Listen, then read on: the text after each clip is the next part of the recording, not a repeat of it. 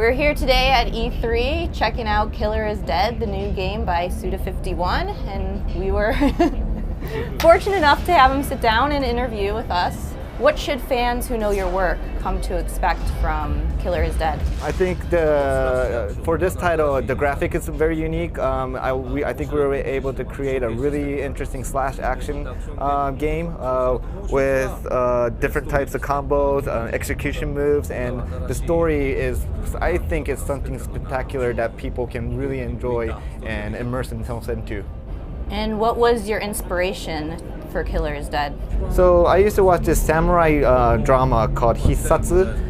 It's a series that's been going on for a long time, but the main character is a guy named Nakamura Mondo, and he is a government official by day, but at night he's a hired assassin. So I really loved that TV series, and I just took the Mondo from Nakamura Mondo and the whole concept and created Killer is Dead. You've used a lot of assassins in your games. Why the fixation with assassins? I think the biggest influence is I've been creating games since I was 24 years old, but before that I used to be a hired assassin. So using that experience really motivates me. Just a little bit, I'm sorry. I'm lying. I read that you were an undertaker before you started your work in games. Is that true? So I think when it says undertaker, people imagine something like grave, digging up the grave and whatnot, but it was more like a funeral. Because of that, I was around death a lot, like a lot of sadness. So it did give me thinking about what is sadness, like what is death, and then when you're coming to an action game, like assassins will be like really close to those kind of not professions, but just circumstances, which could have been the inspiration that what makes me create the games that I create today. A lot of your games have deeper themes, like we discussed with death. What kind of themes are running in Killer is Dead? So the theme of this game is love and kill, so I'm calling it the live and kill fantasy. But I want to create some kind of hyper reality that involves in a lot of different episodes in a lot of different ways. And I also wanted to concentrate on the moon, how it's the relations between the moon and the Earth. So there's a lot of spotlight and a lot of plot twists involving the moon. What 3 words would you use to describe this game? Kill, love, and fantasy.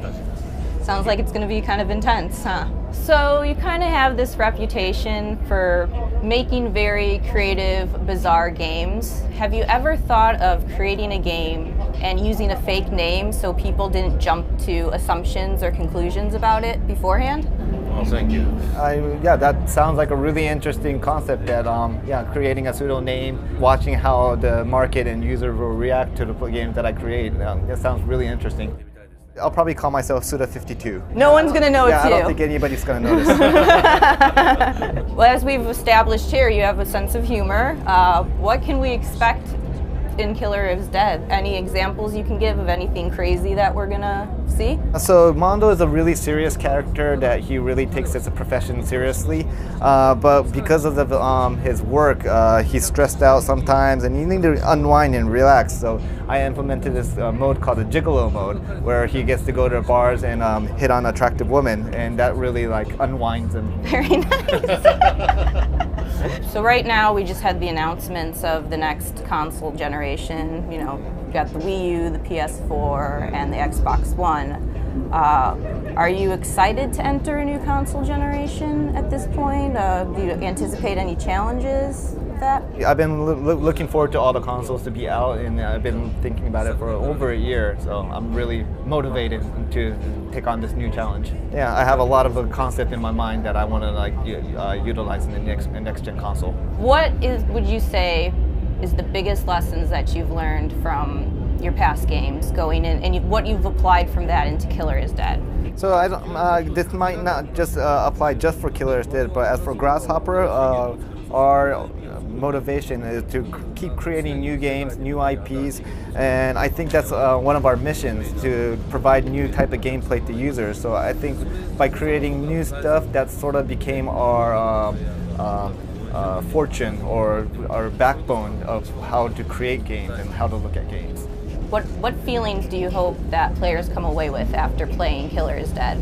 So not only Killer is Dead, but in Killer is Dead, I want the player to have an experience that, of course, they enjoy, but something that they can bring back to the real world after playing, after stepping away from the game world, and something that like they can have a relationship with the real world and the game world, and for them to feel like, oh, I want to revisit Mondo again, and like start playing Mondo, the Killer is Dead again.